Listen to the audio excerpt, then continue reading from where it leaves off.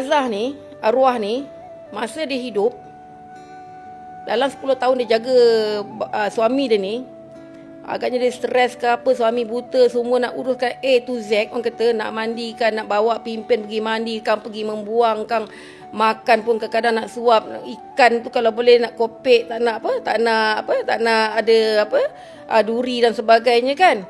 Jadi mungkin dia stres, dia bagi makan suami dia macam dia bagi makan kucing. Dia dah letaklah nasi apa semua kan. Dia ambil kepala suami dia, makanlah, kau menyusahkan aku je, makan.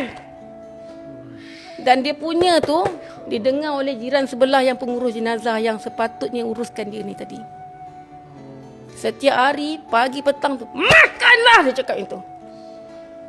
Suami dia akan meleleh mata, dia tak cakap apa-apa tau.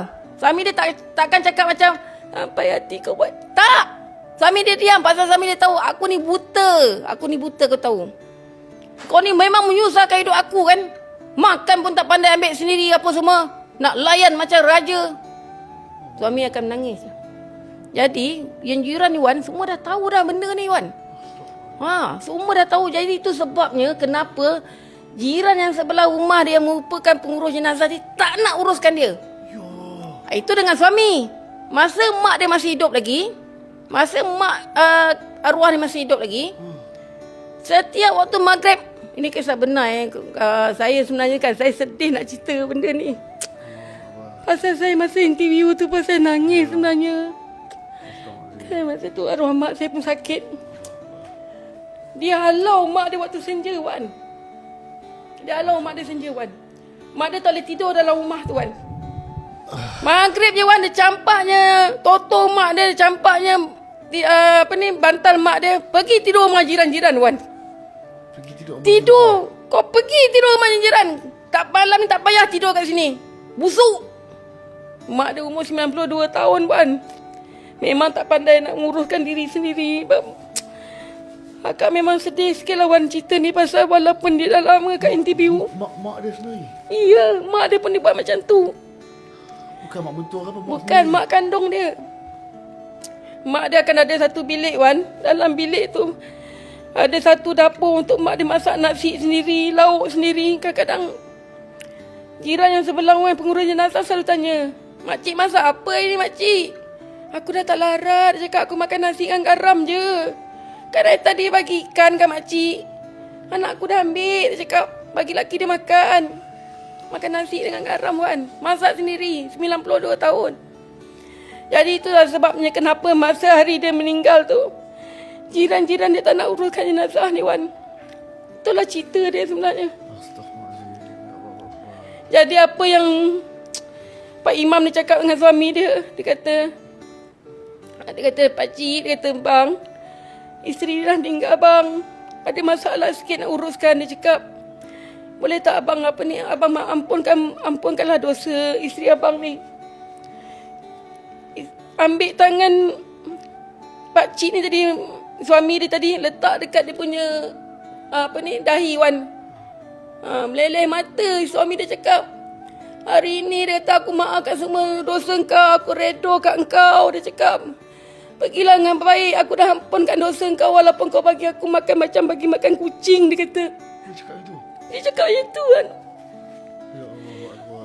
Kata Ustazah tu, saya menangis. Saya menangis Jam. Dia kata dengar macam tu.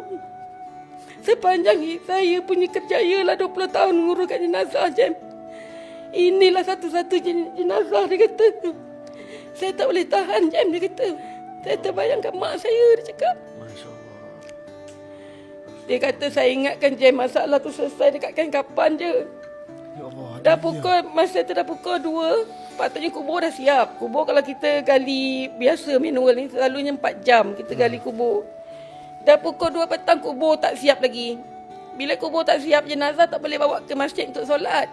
Pukul 4 petang, kubur tak siap lagi. Lala Pak Imam ni pergi kat kubur tu, tanya geng kubur ni Wan, gali tempat biasa. Bukan kaki bukit ke atas bukit ke apa. Tanya dengan pakcik yang gali kubur tu, "Apa masalah daripada pagi gali?" Dia kata, "Pak Imam, saya dah penat dah. Ini kubur ketiga saya gali. Kubur pertama saya gali, Pak Imam, saya jumpa ular. Saya kambus balik. Kubur kedua saya gali, dia kata jatuh, tanah jatuh Wan. Gali je belum buat yang lain, tanah tu jatuh, tanah tu jatuh, tanah tu jatuh. Macam mana saya nak gali, dia kata. 5 orang Wan gali tu Wan. Semua dah penat dah. Ini kubur ketiga ni Pak Imam tengok. Bentuk apa ada dalam kubur tu? Air hitam. Ya Allah. Air becak. Air becak. Jadi masa tu dah dekat-dekat pukul 5 lah waktu asar macam ni lah. Lepas waktu asar, Pak Imam kata tak boleh tunggu lagi. Kita masukkan je jenazah ni, cakap. Masukkan je. Masuk je. Ingat dah masuk tu Wan, selesai lagi masalah. Tak, kata Ustazah Aisyah ni. Apa lagi Ustazah yang jadi? Kubur tu sempit Wan. Masuk tak boleh. Pada orang yang gali kubur ni bukanlah orang bodoh-bodoh. Orang ni pengalaman dah luas, 5 orang ni. Dah penat. Lala masuk, apa tu, Pak Imam kata, panjangkanlah sikit kaki tu, panjangkan sikit, panjangkan, ni, cangkul lagi lah bahagian kaki tu bagi pang. Tak boleh juga lurus masuk. Dia bila masuk tu, Wan, dia kena bengkok tu. Dia bengkok tu, kita kena buka dia punya tangan apa semua, nak hadapkan ke kiblat tu, dah lah masuk dalam air lumpur. Air hitam, busuk. Nak buka tu tak boleh. Lepas tu kata Pak Imam ni bisik-bisik kat orang yang dalam tu, bengkok je lah kaki dia, bengkok je lah. Masya Allah. Bengkok Wan kaki dia Wan. Bengkok. Bengkok kaki dia. Bengkok. Bengkok. Dan 6.30 petang Wan. Kau nak tunggu pukul berapa? Allahu Akbar. Daripada 6 pagi dia hingga 6.30 petang. Masya Allah. Bengkok Wan. Bengkok, baca-baca takim ala kadar. Kawasan tu Wan, kawasan yang ada rumah panjang. Rumah panjang 2 tingkat masa tu, ramai Cina duduk. Pemindahan daripada satu tempat, masa tu kawasan tu rumah panjang. Jadi dekat tengah kubur tu ada satu surau lama. Jadi dah habis 6.30 tu, semua orang balik lah. Pasal dah penat Wan daripada pagi, nguruskan jenazah ni tak habis-habis. Kita ingat dah selesai, kata Ustazah Aisyah ni. Dah selesai lah, dah balik ni. Dia pun mengejar lah, dia kata balik mandi, nak kejar semayang apa semua.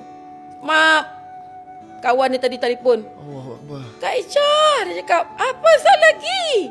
Kak Aisyah, Amir datang kat kubur ni. Kak Aisyah, cepat Kak Aisyah. Apa sal? Bomba ramai ni kat kubur ni Kak Aisyah. Bomba ramai. Apa sal lah bomba pula? Cakap, apa masalah dengan bomba ni? Orang geng-geng apa yang rumah-rumah panjang Cina ni tadi, elok je diorang balik Wan dalam pukul 7 suku tu. Dah maghrib dah 7 suku tu, tiba-tiba nampak api menyambar. Dia ingat surau terbakar. Kat tengah kubur tu memang ada surau. Surau selalu kita duduk-duduk lawan baca-baca Yasin. Dalam tu kadang-kadang kita letaklah macam cangkul kita ke tika-tika kan. Orang kata macam store. Bukan store tu surau lama sebenarnya. Jadi dia takut store tu terbakar ke surau tu terbakar. Dia telefon bomba lah. Bomba datang. Bukan bomba je datang. Geng-geng penggali kubur datang. Takut tersilap ada isap rokok ke apa terbakar. Api ke elektrik ke pintas-pintas. Datang-datang termenung bomba ni. Termenung bomba ni. Api tu datang pada kubur yang baru ni tadi. Masya Allah Akbar. Kan apabila kita derhaka lah dengan apa, dengan suami. Derhaka dia macam tu lah. Kan. Mulut ni mulut dengan mak kita. Kita baru je mati, baru je tinggalkan dunia. Belum lagi kita duduk alam barzah tu. Belum lagi kita tercampak dekat akhirat sana. Allah Ta'ala dah bagi tahu mana kita punya kedudukan besok dekat akhirat sana. Macam mana kita punya kedudukan kita kat akhirat sana.